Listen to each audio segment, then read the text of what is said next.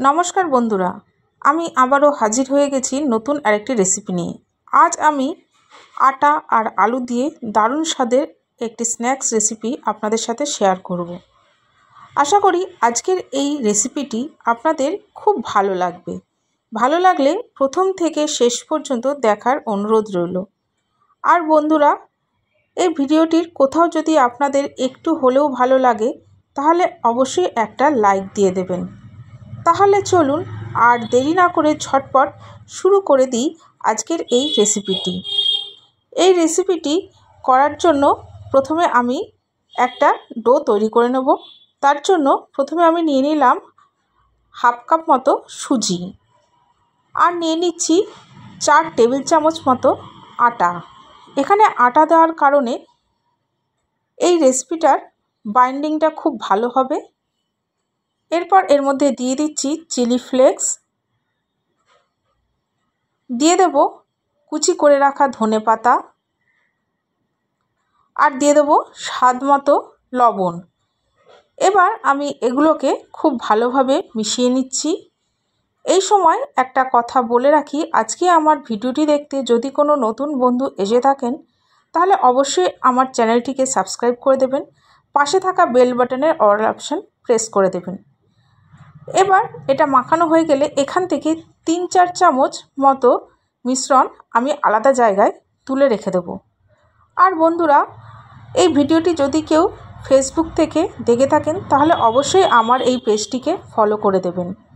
এবারে আমি অল্প অল্প করে জল দিয়ে একটা মোলায়েম ডো তৈরি করে নেব। আর এই ডোটাকে একটু নরম করে মাখবেন, মানে একটু জলটা বেশি দেবেন, কারণ এখানে বেশিরভাগটাই সুজি আছে। সুজিটা ফুলে গিয়ে ডোটা শক্ত হয়ে যাবে।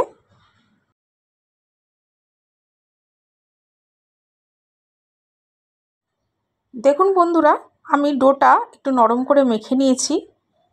এটা এখন অনেকটাই নরম আছে। এবার এটাকে ঢাকা দিয়ে রেস্টে রেখে দেব। অন্যদিকে আমি ভেতরের ফিলিংটা তৈরি করে নেব। তার জন্য একটা কড়াইয়ের মধ্যে 1 চামচ তেল দিয়ে দিয়েছি। তার মধ্যে দিয়ে দিলাম হাফ চামচ মতো কালো সর্ষে, দিয়ে দিচ্ছি সামান্য গোটা জিরে। এরপরে আমি এর মধ্যে দিয়ে দেব ঝাল অনুযায়ী কুচানো কাঁচা লঙ্কা। কাঁচা লঙ্কা দিয়ে এবার একটু হালকা নাড়াচাড়া করে নিচ্ছি। লঙ্কাটা একটু নাড়াচাড়া করার পরে এর মধ্যে আমি দিয়ে দিলাম আগে থেকে কুচি করে কেটে রাখা পেঁয়াজ। পেঁয়াজটাকেও আমি অল্প ভেজে নেব। খুব বেশি লাল করে ভাজার দরকার নেই, একটু ট্রান্সপারেন্ট হলেই হবে। পেঁয়াজ দেওয়ার পরেই আমি দিয়ে দিচ্ছি কিছুটা পরিমাণ বাদাম। বাদামটা এখানে আপনারা না দিলেও পারেন, তবে বাদাম দিলে এই ফিলিংয়ের টেস্টটা বহু গুণে বেড়ে যায়। এবার বাদামটা দিয়েও আমি একটু নাড়াচাড়া করে নিলাম।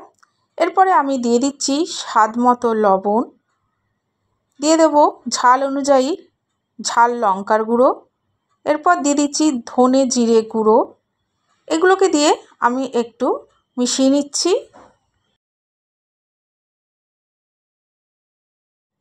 এই মশলাগুলো দেওয়ার পরে বেশি ভাজাভাজি করবেন না, তাহলে কিন্তু মশলাটা পুড়ে গিয়ে তেতো হয়ে যাবে। এরপর আমি এর মধ্যে দিয়ে দিচ্ছি আগে থেকে সেদ্ধ করে ম্যাশ করে রাখা আলু। এখানে আমি 2 বড় সাইজের আলু ব্যবহার করেছি। আলুটাকে এবার এই মশলার সাথে খুব ভালোভাবে মিশিয়ে নিচ্ছি। আমার প্রিয় বন্ধুরা, আমি আপনাদের জানাই আমার বুক ভরা ভালোবাসা, আন্তরিক শুভেচ্ছা, অভিনন্দন ও শ্রদ্ধা। আপনাদের ভালোবাসা ছাড়া আমি সামনের দিকে এগিয়ে যেতে পারবো না। দয়া করে আমাকে সামনের দিকে এগিয়ে যেতে সাহায্য করুন। আলুটা মশলার সাথে খুব ভালোভাবে মেশানোর পর আমি এর মধ্যে দিয়ে দিলাম 1 চামচ মতো চাট মশলা। চাট মশলা না থাকলে আপনারা আমচুর পাউডারও ব্যবহার করতে পারেন। দেখুন এই ফিলিংটা আমার তৈরি হয়ে গেল। সবশেষে আমি একটু ধনেপাতা কুচি ছড়িয়ে দিলাম। এবার এই ধনেপাতাটাকে আমি আলুর সাথে খুব ভালোভাবে মিশিয়ে নেব। তারপরে আমি এই ফিলিংটাকে ঠান্ডা হতে দেব।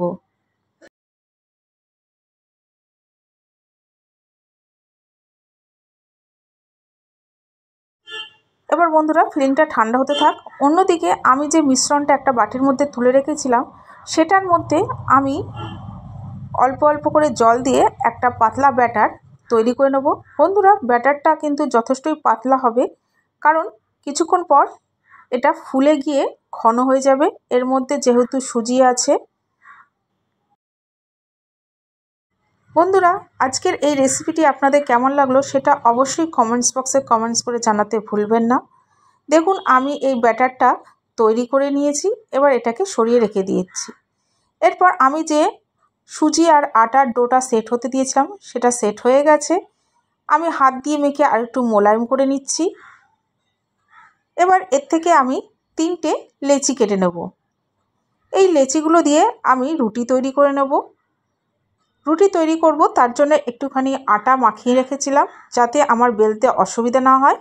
এবার পাতলা করে আমি রুটি করে নিচ্ছি। বন্ধুরা, খিদে লাগলে বা মন চাইলে এরকম ধরনের স্ন্যাক্স আপনারা করে নিতে পারেন। এটা বাজারের থেকে অনেক গুণে হেলদি। সবসময় বাজারের খাবার কিনে না এনে এটাও তৈরি করে নিতে পারেন। এরপর আমি যে আলুর ফিলিংটা তৈরি করে রেখেছিলাম সেটা আমি রুটির মধ্যে দিয়ে দিচ্ছি। এই রুটির মধ্যে আমি আলুর ফিলিংটা কাঁটা চামচ দিয়ে খুব ভালো করে ছড়িয়ে দিচ্ছি।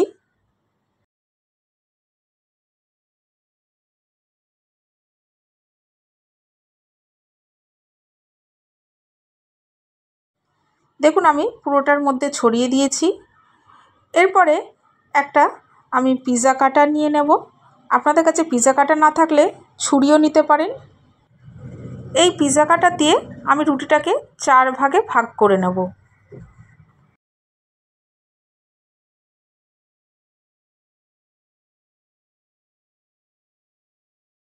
রুটিটা আমার সমান 4 ভাগে কাটা হয়ে গেছে। এবার একটা টুকরো নিয়ে নিচ্ছি। দেখুন আমি কিভাবে নাস্তাটা তৈরি করছি। এবার এই একটা টুকরোকে আমি ভাঁজ করে নিচ্ছি। আশা করি আপনারা দেখে বুঝতে পারলেন আমি কিভাবে ভাঁজ করলাম। এরপরে একদম যে নিচের দিকটা সেটা আমি হাত দিয়ে একটু চেপে চেপে মুড়ে দিচ্ছি। বন্ধুরা, এইভাবে আমি সবকটাই তৈরি করে নিয়েছি। দেখুন, এরপরে এগুলোকে আমি ভেজে নেব। তার জন্য আমি একটা ফ্রাই প্যানের মধ্যে আগে থাকতেই তেল গরম করে নিয়েছিলাম। তেলটা খুব ভালোভাবে গরম হয়ে গেলে মিডিয়াম ফ্লেমে এই নাস্তাগুলোকে ব্যাটারের মধ্যে চুবিয়ে আমি তেলের মধ্যে দিয়ে দিচ্ছি। বন্ধুরা, যখন এই নাস্তাগুলো তেলের মধ্যে দেবেন তখন খেয়াল রাখবেন বেশি ব্যাটার যেন তেলের মধ্যে না আসে। তার জন্য অবশ্যই একটা কাঁটা চামচ দিয়ে এই নাস্তাগুলো ব্যাটারে চুবিয়ে তেলের মধ্যে দেবেন। তাতে করে এক্সট্রা যে ব্যাটার আছে সেইটা পড়ে যাবে। দেখুন, আমি একটা একটা করে অনেকগুলোই দিয়ে দিলাম।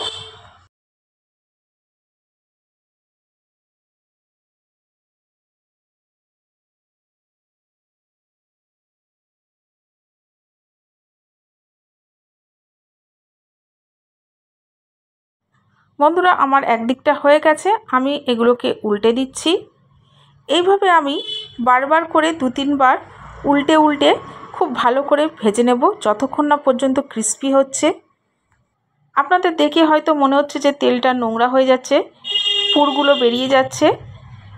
বন্ধুরা, এগুলো ভাজা হয়ে যাওয়ার পরে তেলগুলোকে যদি ছেঁকে নেন তাহলে তেলগুলো কিন্তু আবার পরিষ্কার হয়ে যাবে।